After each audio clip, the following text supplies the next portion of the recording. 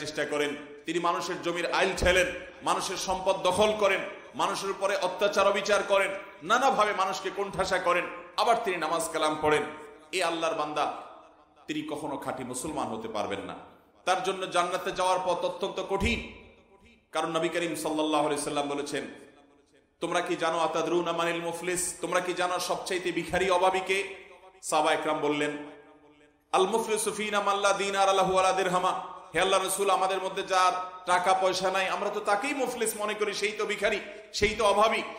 নবী রাসূল সাল্লাল্লাহু আলাইহি বলেছেন, আমি সেই মুফলিসের কথা বলছি না, আমি বলছি এমন এক মুফলিসের কথা যে মুফলিসটা প্রকৃত অর্থে এবং সবচেয়ে বড় মুফলিস, সবচেয়ে বড় অভাবী, সবচেয়ে বড় অসহায়, সবচেয়ে বড় হতদরিদ্র। এই মানুষটা হলো সে যে মানুষটা দুনিয়া থেকে চলে যাবে অনেক নেক আমল নিয়ে। তার জীবনে অনেক কোরআন খতম সে করেছে, অনেক হজ উমরা সে করেছে, অনেক ইবাদত বন্দেগী সে করেছে, অনেক ওয়াজ মাহফিল সে শুনেছে, অনেক উলামাদের খেদমত সে করেছে, অনেক উলামাদের হাদিয়া তোফা সে দিয়েছে, অনেক ভালো ভালো কাজ করেছে, অনেক জিকির আজকার সে করেছে, অনেক তাসবিহ তেলাওয়াত সে করেছে, অনেক দ্বীনের ইলম সে অর্জন করেছে, অনেক ভালো কথা সে শুনেছে, অনেক ভালো কথা সে বলেছে, অনেক নফল আমল সে করেছে, অনেক নফল দান দক্ষিণা সে করেছে, অনেক মানুষের উপকার সে করেছে। সে তো মনে করেছে এত নেক আমল করে যাচ্ছি, আল্লাহর কাছে জান্নাত ছাড়া আমার কি বা প্রাপ্য হতে পারে।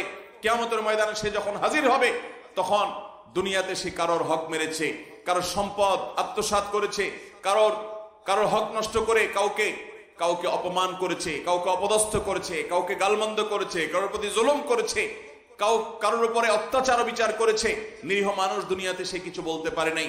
রিকশাওয়ালার প্রতি হয়তো আপনি অবিচার করেছেন, আপনি হয়তো যুবক মানুষ 2-4 জন একত্র হয়েছেন, কলেজ ইউনিভার্সিটিতে পড়েন, আপনি হয়তো কোনো পাবলিক বাসে উঠেছেন, চুন থেকে নুন খসলো আর কন্ট্রাক্টর বা আপনি বাসের হেল্পার বা ড্রাইভার বা অন্য কোনো নিরীহ মানুষের উপর আপনি চড়াও হয়েছেন। আপনি একটা মুখ খারাপ করে কথা বলেছেন, ভয়ে তারা কোনো জবাব দিতে পারে নাই।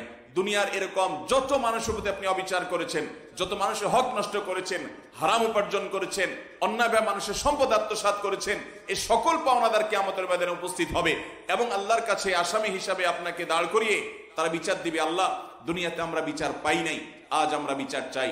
প্রতিটা মানুষ তার বিচার